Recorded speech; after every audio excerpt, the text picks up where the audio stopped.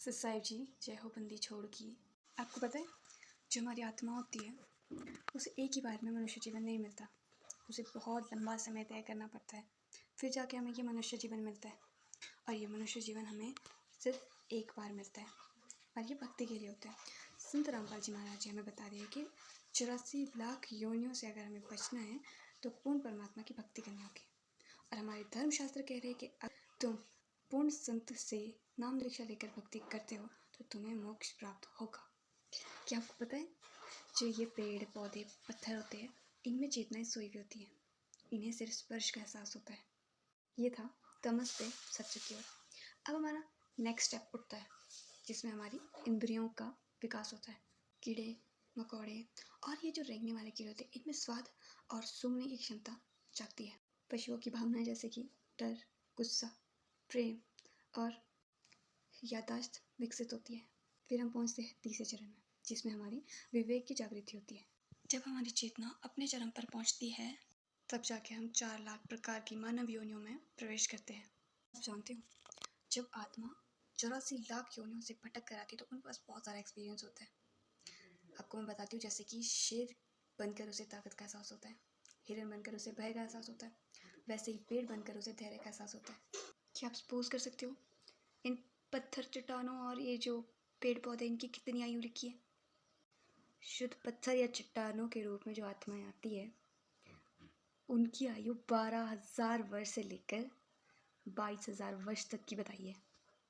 क्या आप जानते हो, ये जो पीपल है और ये बरगद के पेड़ होते हैं इनकी आयु शास्त्रों के आधार पर 10,000 वर्ष बताई है, जो कि आधुनिक विज्ञान के अनुसार कैलिफोर्निया के ब्रिस्टलकॉन पाइन जैसे वृक्षों में पाई जाती है, जो कि 5,000 साल से भी ज़्यादा पुराने हैं।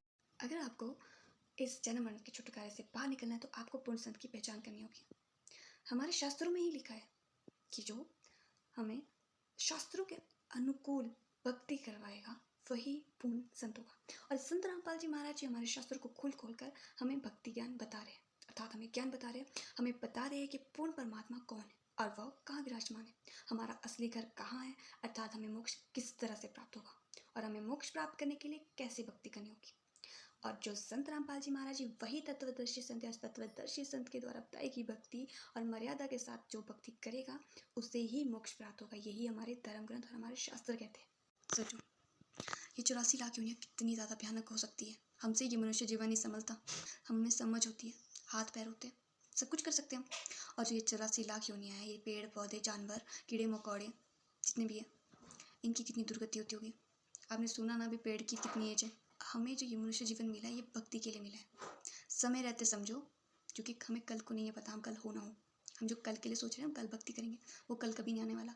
इसलिए अच्छा है आज से अभी से भक्ति करना शुरू करो। जब अभी से भक्ति करोगे तभी आगे जाके कुछ मिलेगा, वरना 84 लाख योनियों में रहोगे। और अगर भक्ति सही नहीं करोगे तो देवी देवताओं के लोक तक जाओगे, फिर वहाँ से वापस आना पड़ेगा। अगर जन्म मरण से छुटकारा पाना है तो संत रामपाल जी महाराज जी के सत्संग सुने।